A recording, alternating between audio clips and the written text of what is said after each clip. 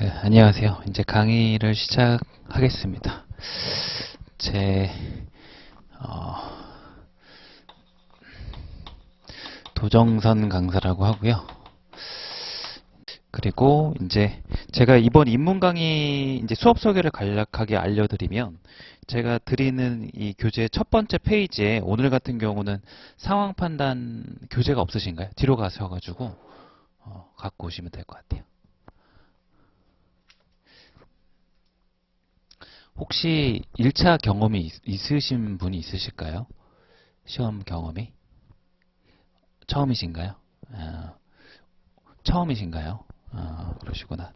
그래서 제가 일단 강의명 자체가 입문 강의고, 보통 입문 강의는 한 6월 이전에 보통 이루어져요. 그래서 좀 늦은 감이 없잖아 있는데, 일단 강의명에 맞춰서 좀 이 시험에 대한 소개 위주로 입문 강의의 좀 수준에 맞춰서 좀 진행을 할 예정이에요. 그리고 해당 수업 같은 경우는 방금 이야기를 드린 대로 입문의 성격이 좀 있을 거고요. 그리고 제가 좀 길게는 입문 강의를 통해서 항상 해당 연도에 대한 기출 문제를 리뷰하는 목적도 좀 같이 가져갈 것 같아요. 그래서 재작년 같은 경우는 21년도 가지고 했었고, 작년에는 입문 강의가 없었고, 올해는 이제 최근 1월에 이제 실시된 23년도 이제 5급 기출을 가지고 이제 이야기를 드릴 것 같아요. 그리고 좀 입문 강의를 넘어서 제가 좀 계획하고 있는 강의 컨셉을, 이제 요거는 홍보 목적이 절대 아니고요. 제가 생각했을 때, 이제 고민을 해봤을 때 어떻게 공부를 해야 될까에 대한 고민을 해봤거든요. 그랬을 때 피셋이라는 시험이 좀 대강은 아시겠지만 규정하기가 되게 힘들어요. 그러니까 피셋이 뭐다라는 규정을 처음에 21년도에서는 막 여러 기출을 펼쳐놓고서 해보려고 했는데 규정이 안 되더라고요. 이게 워낙에 이제 지식을 묻는 시험이 아닌 특성 때문에 그런 것 같아요. 그러다 보니까 제 생각에는 이걸 어떻게 공부를 하면 좋을까 해서, 좀 크게는 제가 피셋을 규정해서 피셋은 이런 거다라고 이렇게 얘기를 드리는 것보다, 그건 좀 오만한 것 같고, 매년 경향이라는 게 계속 바뀌어요.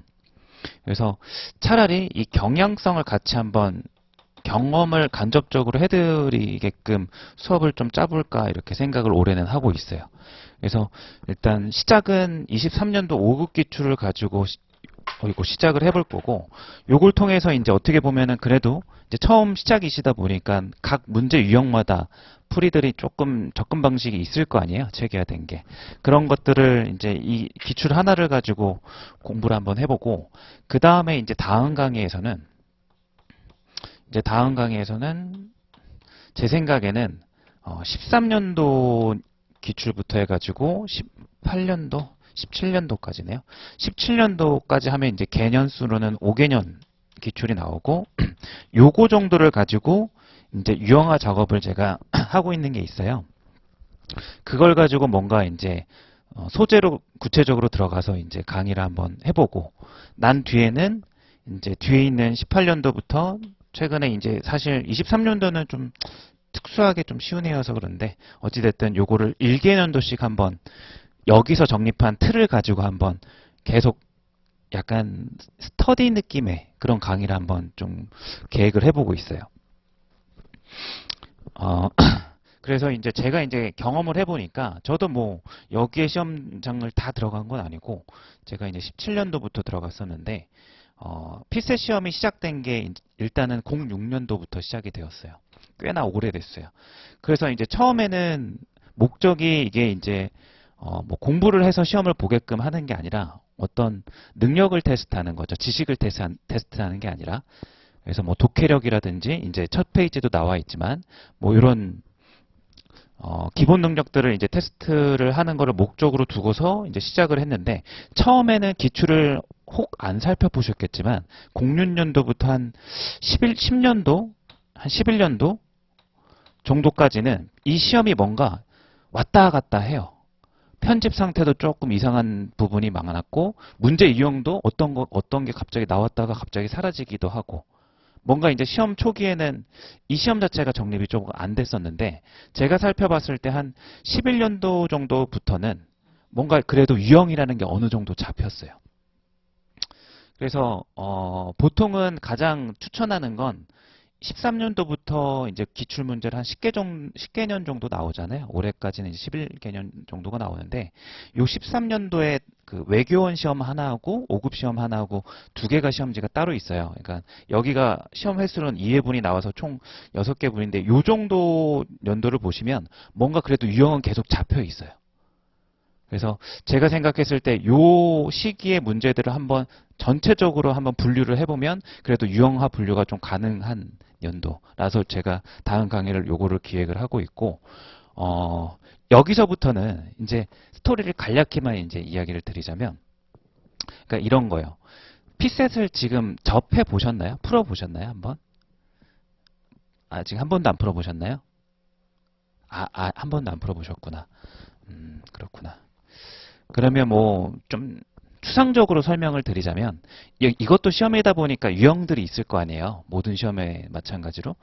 주된 유형들이 있는데 여기에서 이제 처음에 유형들이 잡혀 나오고 여기에서 어느 정도 이제 고착화가 됐어요. 유형들이 각 과목마다.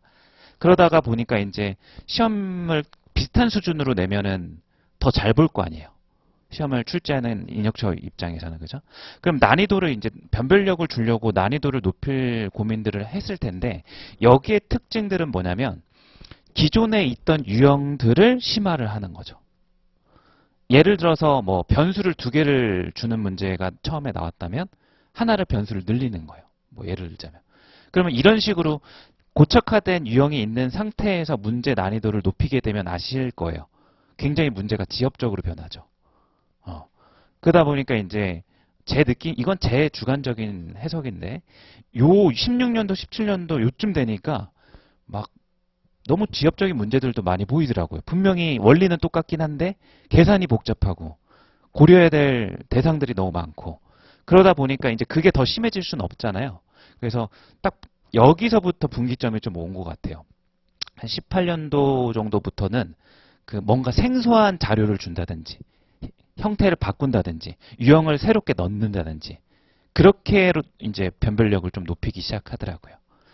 그래서 혹시 아세요? 가장 이제 피셋이 어려웠던 시기가 여기 안에서도 이제 23년 안에서도 최근이 그러니까 경향성을 왜 제가 이런 생각을 하게 됐냐면 21년도랑 22년도가 이제 커트라인을 보시면 아시겠지만 그래도 20년도까지는 80점 넘거나 살짝 모자르거나 이제 재경 일행 기준으로 그런 커트라인이 형성이 됐었는데 이제 18년도부터 70점대로 이제 내려오기 시작하더니 19년도에 70점 중반이 되더니 그다음에 21년도 같은 경우도 70 중반이 됐었고요. 22년도가 이제 60점대 후반까지 많이 어려워지게 된 해당 연도에.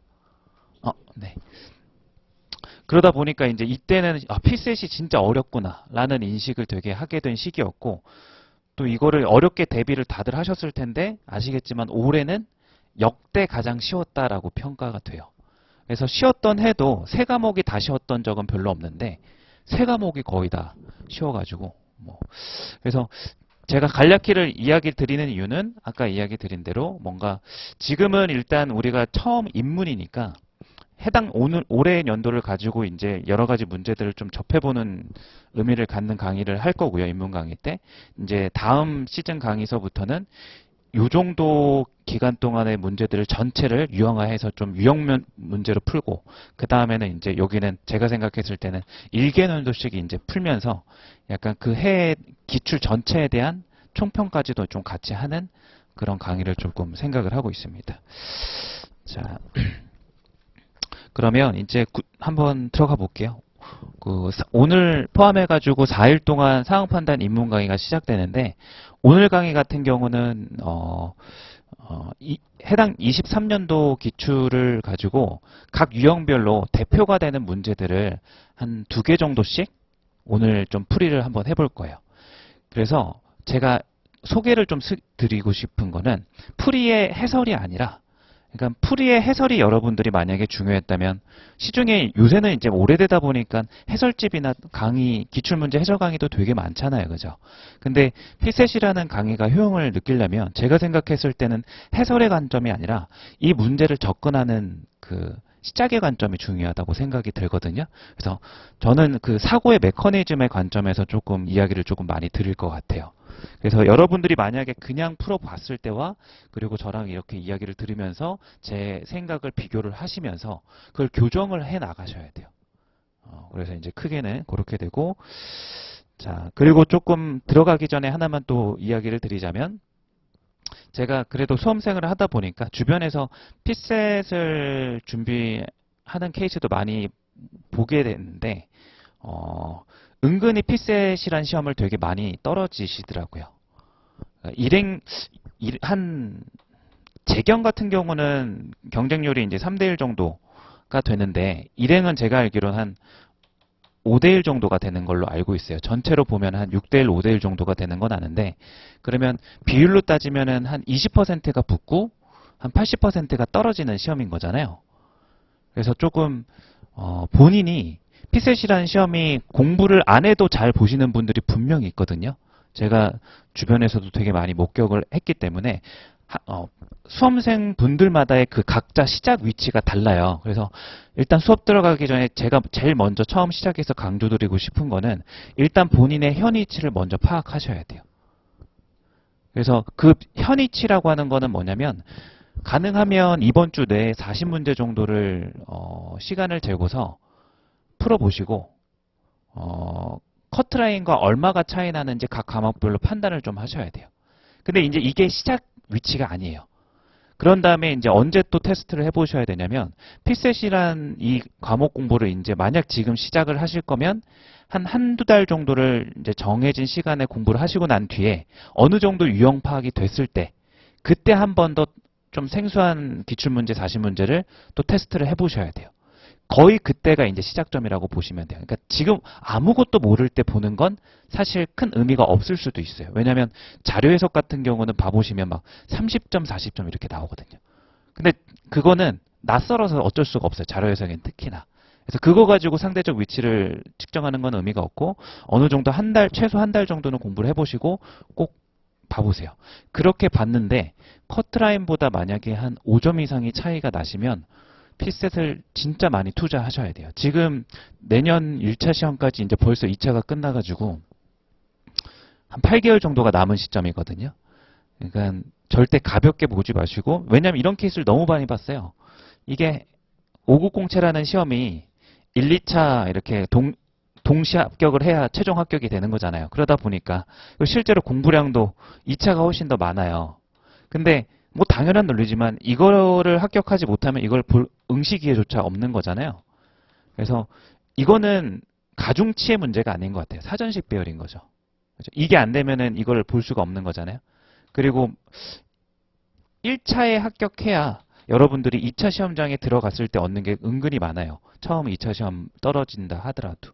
초시 합격이 안 된다 하더라도. 그래서 1차를 조금 가볍게 절대 여기지 마시고 제가 아까 이야기 드린 대로 한두 달 정도 지나서 어느 정도 유형 파악이 됐다 싶었을 때 생소한 기출문제 하나 선정해서 커트라인보다 한 5점 이상 차이가 나게 되면 진짜 좀 많이 투자하셔야 돼요.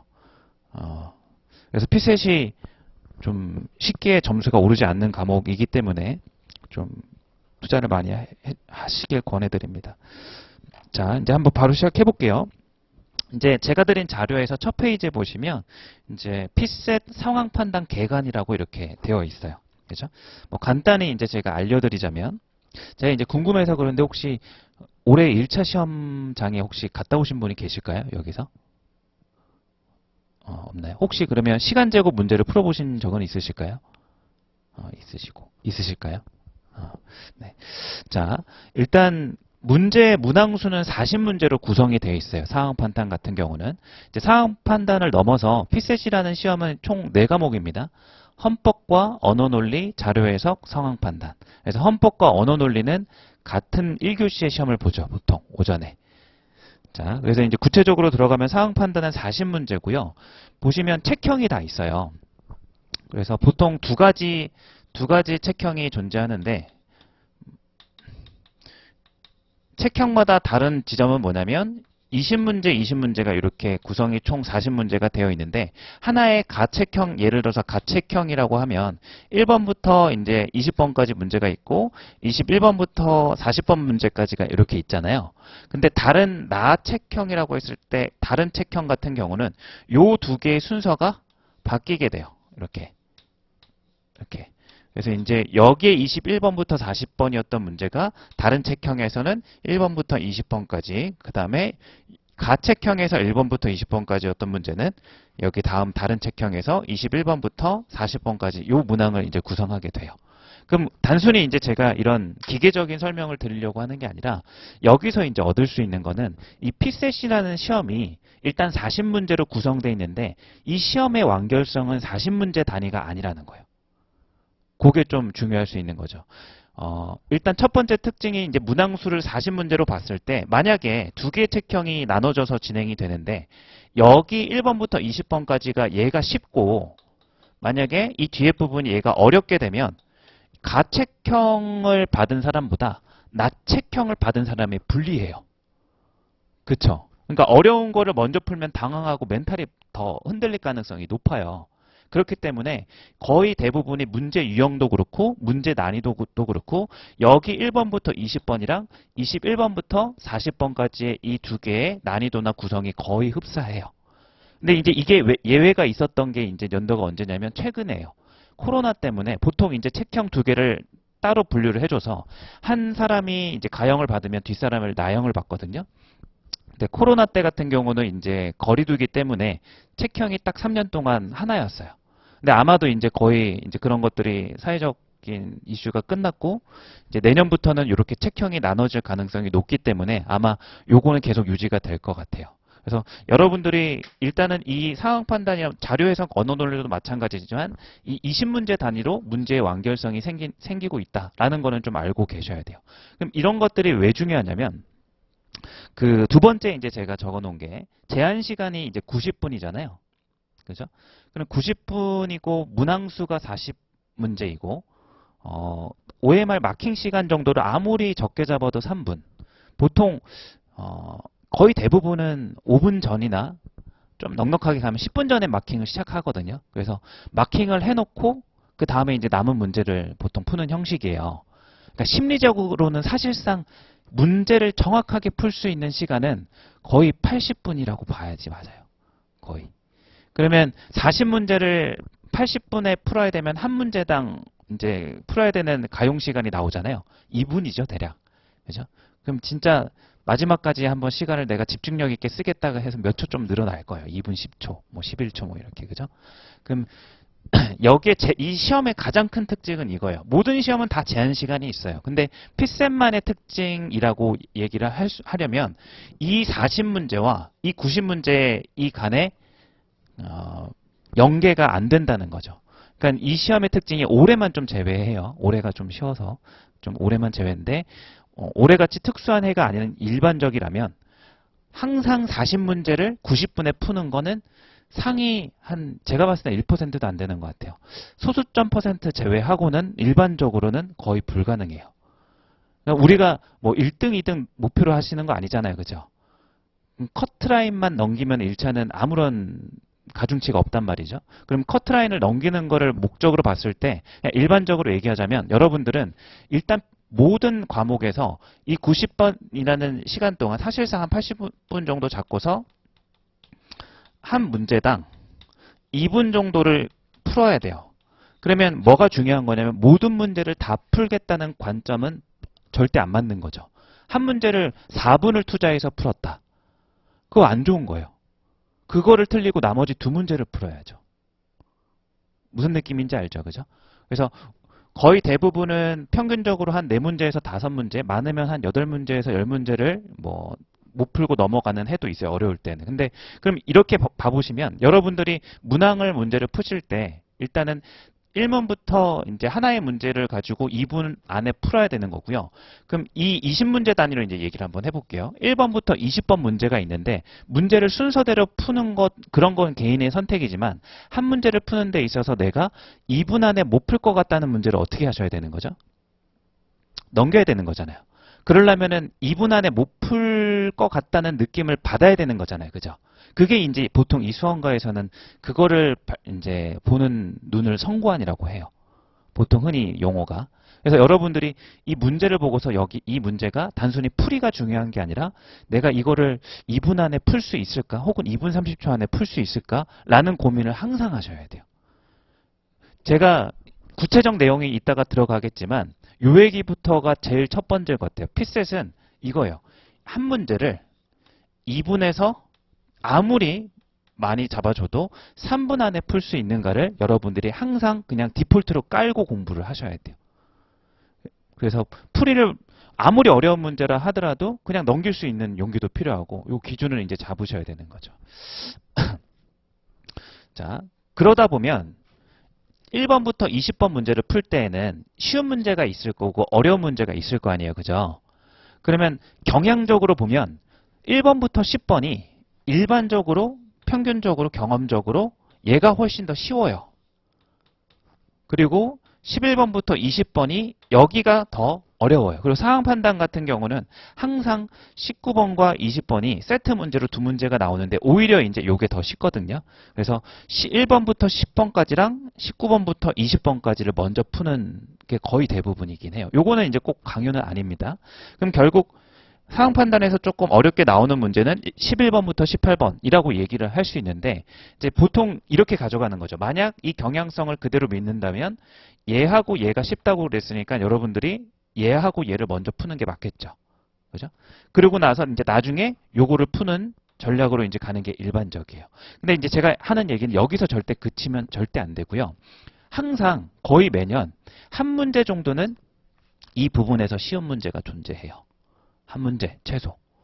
그러니까 출제하시는 분들 중에서도 이렇게 그냥 맹목적으로 이렇게 푸시는 분들의 분위기가 있다는 걸 아실 거 아니에요. 그죠? 제가 생각하기에는 쉬운 문제 여기에다 넣어놓고 이거 통으로 제낀 학생들을 좀 변별력을 두려는 의도도 분명히 있는 것 같아요. 배치 구성으로. 그러면 이런 것들까지 여러분들이 가져가시려면 그러니까 원리는 아주 단순해요. 이런 게 나중에 퀴즈 문제 풀 때에도 이 원리가 비슷한 게 나오는데 피셋이라는 시험은 쉽게 그냥 직관적으로 제가 비유를 해드리자면 그냥 자갈밭에 가서 크기 상관없이 한 손에 최대한 많은 돌을 담아 라는 게임과 비슷한 거예요. 그럼 여러분들은 한 손에 최대한 많은 돌을 개수를 담으려면 어떻게 담아야 되는 거죠? 작은 돌부터 담아야 되는 거예요. 당연한 논리잖아요. 그죠? 너무 당연한 소리 하나요? 작은 돌부터 담아야 돼. 그러면 내가 돌을 찾다가 돌을 쥐어 담으려고 하는데 큰 돌이 보여. 걔는 어떻게 해야 돼요? 버려야죠, 일단. 이해되죠? 그래서 당연한 논리로 여러분들이 이거에 대한 판단, 이거를 내가 풀 수 있는가? 이거에 대한 판단을 아까 이제 성관이라는 얘기를 했었잖아요. 거기에 이제 플러스 스킵이라고 할게요. 거기에 더해서 이제 이거를 판단을 했을 때 어떤 문제를 스킵하고 어떤 문제를 풀 것인지가 이제 하나의 세트가 돼서 이 시간을 제한된 시간 안에 최대한 많은 문제를 풀기 위한 전체적인 시간 관리가 항상 중요해요. 피셋은.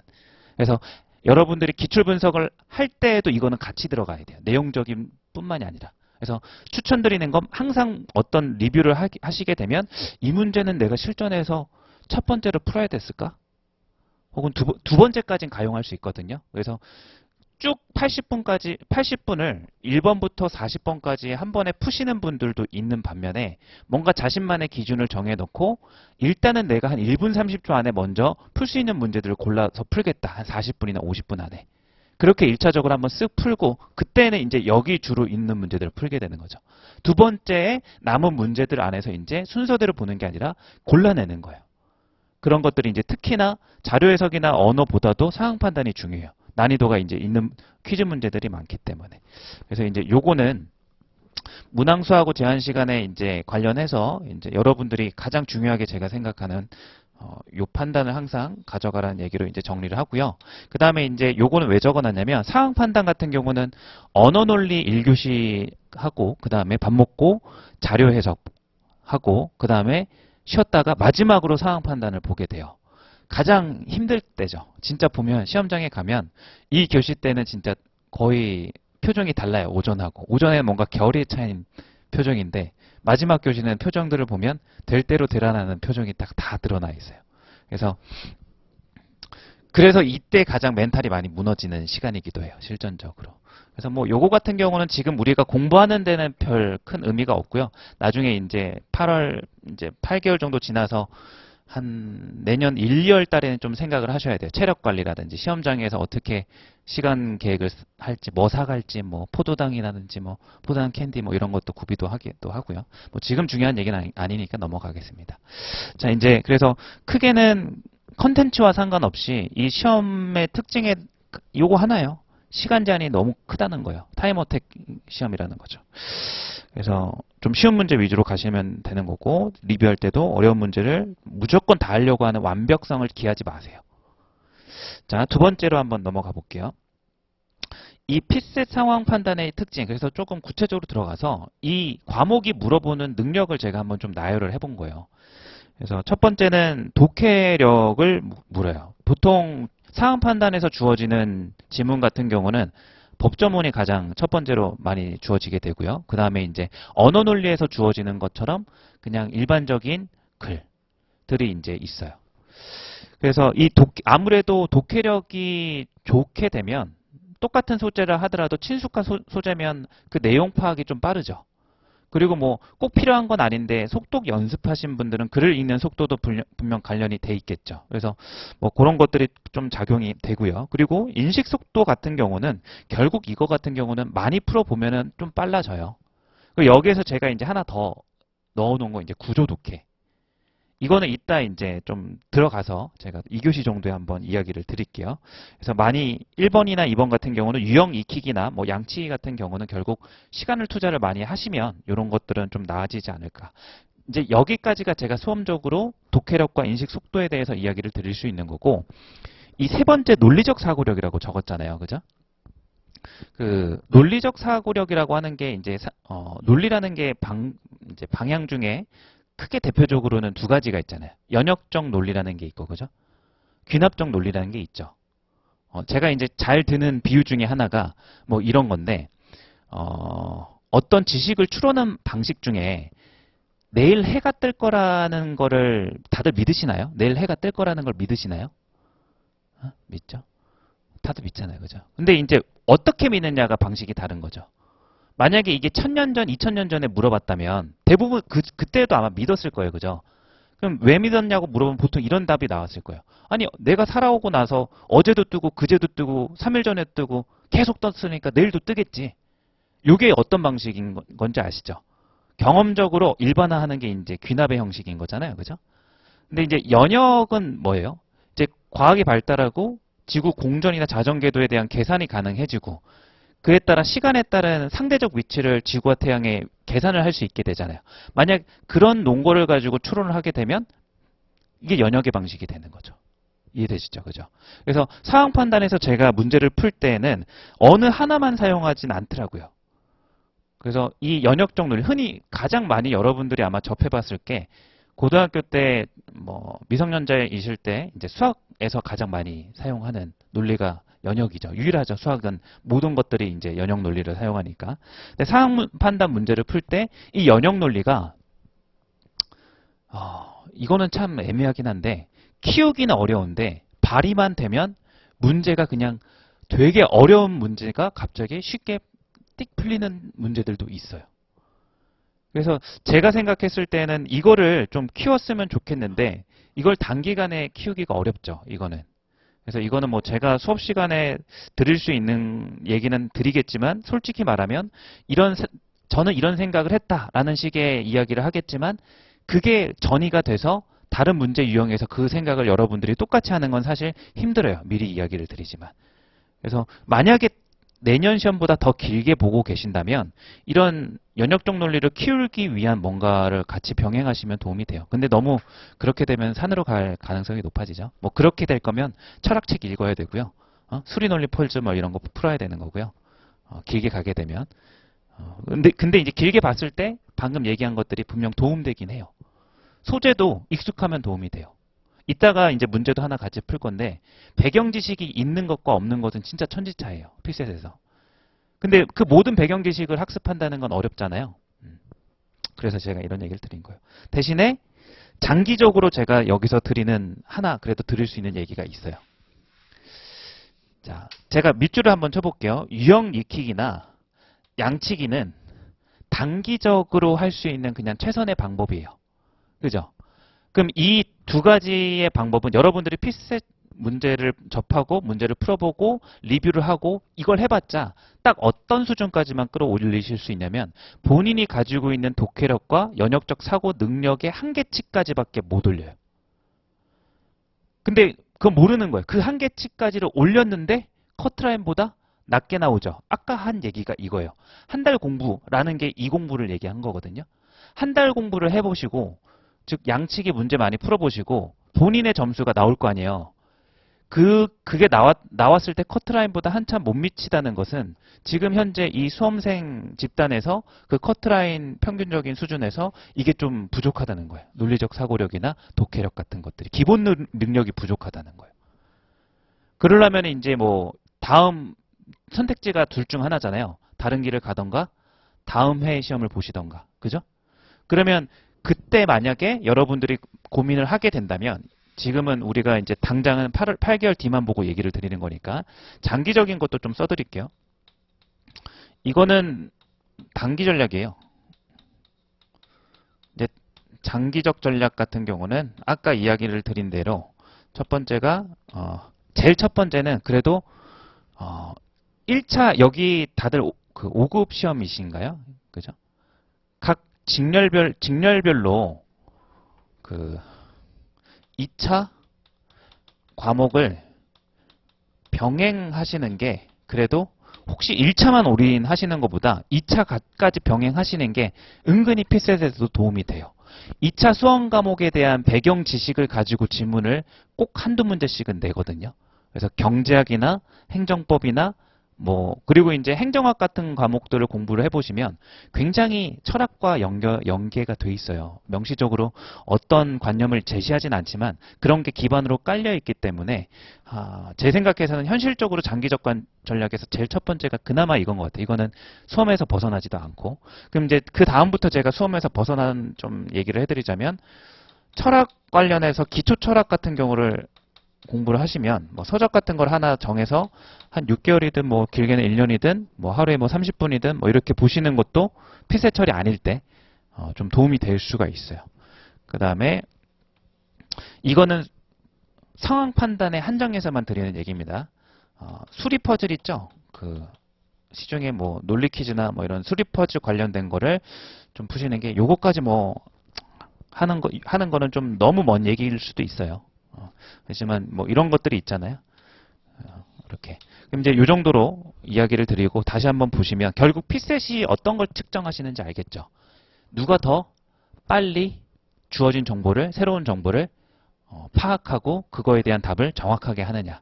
이걸 묻는 거예요. 그래서 딱 두 가지요. 독해력과 논리력. 거기서 이제 가미가 되는 거는 시간 제한 때문에 속도가 필요한 거죠. 자. 그러면 이제 제한 시간으로 한번 내려가서 이제 못 푸는 문제가 항상 있다고 아까 이야기 드렸죠. 그래서 여기에서는 아까 이야기를 했습니다. 그래서 성관이 좀 필요하고요. 이거는 여러분들이 두 가지 정도로 이제 가려내셔야 돼요. 지금 당장 어떤 문제를 접했을 때 이걸 제껴야 되는 문제인지 아니면 풀어야 되는 문제인지 아직 경험이 없으시잖아요. 그죠? 풀어봐야 알아요. 이거는 좀 많이 풀어보시면 경험적으로 알 수 있고 나중에는 이제 제가 여기에 하나 더해서 논리를 기반해서 이거를 측정도 좀 해줘야 돼요. 이거 이따가 이야기를 마지막 문제로 무슨 말인지 이야기를 드릴게요. 그 다음에 이제 시간만 중요한 게 아니죠. 급하잖아요. 그죠? 사람이 급하다 보면은 당연하게도 정확도가 떨어져요. 그러니까 통상적으로 예를 들어서 40문제가 있는데 34문제를 풀게 되면 요게 이제 몇 점인지 혹시 아세요? 6문제를 못 풀었다. 이거 되게 후하게 좀 잡은 편이에요. 그렇게 타이트하게 안 잡았습니다. 평균적으로 한 5, 6문제 정도를 못 풀어요. 자, 그럼 요게 몇 점이죠? 34문제를 맞추면 85점이에요. 그래서 올해 커트라인이 이제 일행이 84점, 그죠? 84.1이고 재경이 85.8이었었는데 올해만 아주 특수한 케이스지 올해가 아니라면 아주 이 과목 때문에 합격하는데 유리해지는 점수예요, 일단은. 그리고 올해 같은 경우는 40문제 중에서 한두 문제 제외하고는 아마 다 풀었을 거예요. 거의 평소에 이 정도 제꼈다면. 그래서 올해는 좀 제외하고 얘기하면. 근데 실제로는 다들 이렇게 푸는데 85점이 안 나와요. 그죠? 누구는 여기에서 그럼 6개를 남겨서 한두 개 정도는 찍어서 맞추잖아요. 기본적으로, 평균적으로 확률로 보면. 그럼 이 안에서 뭔가 안 틀릴 것 같은데 의외로 잘 푸시는 분들이 이제 뭐 다 맞으시는 분들도 있겠지만 이러면 진짜 거의 최상위급이죠. 정확도가. 거의 대부분은 3개 이상씩은 다 틀려요. 한 요 정도가 가장 흔해요. 근데 틀리는 걸 보면 되게 어이없게 틀려요. 해보시면 알겠지만. 그리고 이제 약간 희망의 를 돌리죠. 실전에서는 안 틀릴 거야. 근데 틀려요. 아까도 얘기했지만 이 시험은요. 뭔가 되게 현장에 가시면 너무 시간이 없다 보니까 굉장히 날 것인 나의 상태가 돼요. 여러 생각을 복잡하게 안 하는 상태가 돼요. 그러니까 사고 과정의 이 순서나 이 습관 같은 것들이 그대로 나온다고요. 실전에 가시면. 그러다 보면 이 실수라는 걸 잘 보시면 그냥 나오지 않아요. 야, 내가 1 더하기 2를 4로 계산했어? 야, 이거는 말이 안 되는 실수인데? 라고 절대 생각하시면 안 돼요. 그 실수를 또 해요, 보통. 그래서 실수 관리라는 거를 두 번째로, 이제 아까 제일 첫 번째 중요한 거 얘기 드렸죠. 어떤 문제를 시간 안에 풀 것인가 말 것인가의 판단. 그리고 이게 얼만큼 걸릴 거 판단, 이 성관 얘기가 첫 번째라면 두 번째는 내용과 상관없이 내가 실수하는 것들을 다 어느 정도 체계화해서 기록해야 돼요. 그래서 거기에 첫 번째 써져 있는 게 실수 유도 장치 익히기. 이거는 여러분들 탓이 아니라 문제에서 그냥 실수를 유도하게끔 이렇게 장치를 넣어주는 케이스니까 요거 하나 정도만 여러분들이 문제를 많이 풀고 유형화를 하시면 좀 극복이 되는 실수예요. 그래서 밑줄을 한번 쳐보자면 요 정도까지는 이제 그냥 단순 양치기로 된다라는 거죠. 근데 이제 이 실수 노트라는 거는 뭐냐면 수험생분들마다 진짜 틀리는 사유가 너무 다양해요. 그리고 신기한 게 저는 이거 다 세봤어요. 내가 사칙연산을요. 더하기, 빼기, 곱하기, 나누기를 이렇게 해놓고 실수할 때마다 발을 정자 하나씩 이렇게 써보는 거예요. 근데 진짜 여기에 규칙성이 나오더라고요. 저는 더하기, 빼기가 더 많이 나오더라고요. 곱하기보다. 그러니까 그런 거를 발견하실 수 있을 거예요. 그래서 혹은 뭐 이런 것도 있어요. 글이 있는데 마지막 한 줄을 안 읽는다라든지. 이게 되게 개인차가 심하거든요. 안 하는 사람은 계속 안 하는데 하는 사람은 계속해요. 습관이기 때문에. 그래서 이런 것들을 이제 이거는 뭐 강의로 절대 해결되는 게 아니죠. 이런 것들은 혼자서 이제 매번 시간 재고 문제 풀 때마다 기록을 해놔야 돼요. 꾸준히. 그래서 이제 그게 한 3번, 4번 반복되기 시작하면 이제 잘못되는 거죠. 근데 이제 아마 3번, 4번 반복되면 알아서 치유될 거예요. 인식을 못했기 때문에 계속 하고 있는 거지 인식을 하는 순간 보통 되더라고요. 그래서 이제 실수도 굉장히 중요합니다. 실수만 안 해도 정확도만 올라가도 이렇게 돼요. 제가 처음 그 공부한다고 피셋 시험지를 풀었을 때 푼 문제에서 저도 이렇게 틀리더라고요. 이제 시험장 말고 여러분들처럼 이제 처음 모의고사를 봤던 그런 게 있을 거 아니에요. 이게 극복이 안 되더라고요. 근데 이제 저는 이제 아까 얘기했던 이런 걸 하니까 이게 평균적으로 여기에 이제 들어오더라고요. 푸는 게. 그 다음부터는 이 습관이 그렇게 교정이 된 거기 때문에 굳이 노력을 안 해더라도 이제 실수가 안 나오더라고, 많이는. 근데 여기에서 그 노력을 안 하면 계속 이걸 못 벗어나요. 단순한 건데. 자, 뭐 이렇게 되고요. 그래서 풀이 절차 이렇게 써놨죠. 저는 이번에 조금 컨셉을 이렇게 잡았어요. 상황 판단이잖아요. 제가 유형을 어떻게 분류를 할 거냐면 말 그대로 제목에도 써져 있지만 상황 판단이란 과목이 상황을 주고서 뭐 하라는 거냐면 그냥 판단하는 과목이더라고요. 그래서 상황이 유형이 잡혀 있어요. 그러니까 상황이라고 하는 건 형식을 얘기하는 거죠, 여기에서.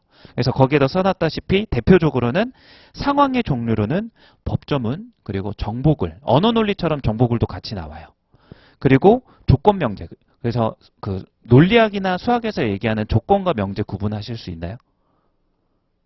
그죠? 참 또는 어떤 미지의 것에 따라서 참 또는 거짓이 되는 게 조건의 정의가 되고, 명제는 가정 조건, 결론 조건을 구성, P이면 Q이다 꼴을 얘기하는 거죠. 조건으로 구성된 게 이제 명제잖아요. 그죠?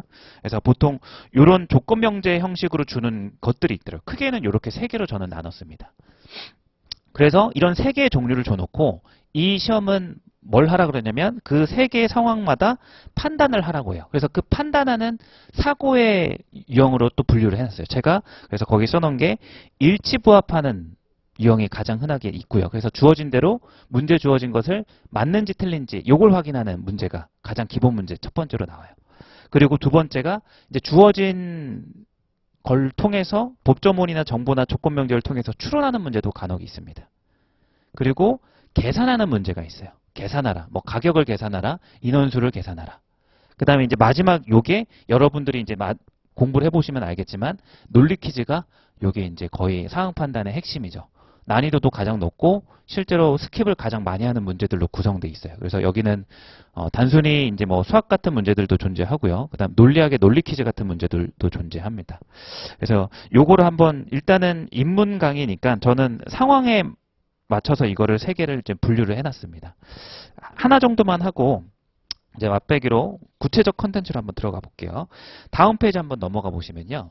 이제 늦게 오신 분들은 좀 못 들으셨을 수도 있는데 이 인문 강의 같은 경우는 이 시험이 뭐다라는 소개 정보 제공이나 뭐 소개 정도의 의미도 같지만 올해 이루어진 시험에 대한 리뷰도 이제 같이 진행을 하게 될 것 같아요. 그래서 문항수는 많이 다루진 않아요. 근데 제가 의도하는 바는 뭐냐면 이거를 절대 풀이의 관점이 아니라 해설의 관점이 아니라 이 문제를 봤을 때 여기에 숨겨져 있는 원리나 이 문제를 푸는 메커니즘에 관련돼서 시작하는 생각에 관련돼서 집중해서 제가 이야기를 드릴 거예요. 그래서 아무리 문제가 쉽다 하더라도 분명히 이거를 파고들면 충분히 얻을 게 많거든요. 모든 해당 연도 기출에서. 그리고 또 하나 당부드릴 거는 제가 이걸 못했어요. 여러분들에게 꼭 해주고 돌아간다면 제가 이거를 후회하는 점 중에 하나. 기출을 절대 허투루 소비하시면 안 돼요. 기출은 가장 좋은 문제거든요. 의외로 이런 얘기를 좀 드려도 될지 모르겠지만 입법고시만 비교해봐도 5급 행정고시랑 문제의 그 퀄리티가 달라요. 아무래도 이제 출제하는 자원의 차이일 거거든요. 그러니까 사설 모의고사랑은 정말 비교도 안 돼요. 그렇기 때문에 이게 연도는 많지만 이 기출을 그냥 단순히 그냥 풀고 버리고 풀고 버리고 풀고 버리고 다시 이외에도 풀고 이거 이렇게 하시면 나중에 그냥 저절로 암기가 된단 말이에요. 그죠? 그래서 제가 가장 강조하는 것 중에 하나가 이 기출을 푸실 때 한 번을 푸셨잖아요. 그럼 풀고 정답 체크하고 아 이렇게 푸는 거였구나. 이래서 틀렸구나. 이게 아니라 내가 이 문제를 어떻게 풀었지? 이 문제를 풀려면 아까 얘기했던 저 기준 2분 안에 이거를 풀려면은 내가 여기서 내가 이 현장에서 발휘한 이 사고 과정에서 어떤 게 잘못됐지? 어떤 게 더 좋았지? 이런 생각을 정립해 놓고 그 다음 기출을 거기에 써먹으셔야 되는 거예요. 근데 아주 대부분의 수험생분들이 제가 생각했을 때 안 좋은 점이 계속 똑같은 습관으로 똑같은 사고의 메커니즘을 그대로 적용해서 한 15년치 기출을 그대로 풀어요. 그러면 그거를 1회 독으로 다 풀어버리면 문제가 답이 기억나기 시작해요. 그래서 그때서부터는 이제 제대로 측정이 안 되는 거예요. 내가 이걸 문제를 정말 잘 풀고 있는지가. 그래서 함부로 허비하지 마시라는 얘기를 다시 한번 요거를 드리겠습니다. 자, 이제 한번 한 문제를 풀어볼 건데 그 두 번째 페이지로 가셔가지고 이게 올해 1번 문제입니다. 보시면 이제 법조문이 일단 나와 있죠. 그죠? 요거를 한번 여러분들이 아무런 배경 지식이 없고 관련 정보가 없더라도 한번 제가 최대 3분 정도 드릴 테니까 자유롭게 한번 풀어보세요. 먼저. 지금부터 시간을 한번 측정을 해볼게요. 풀어보세요.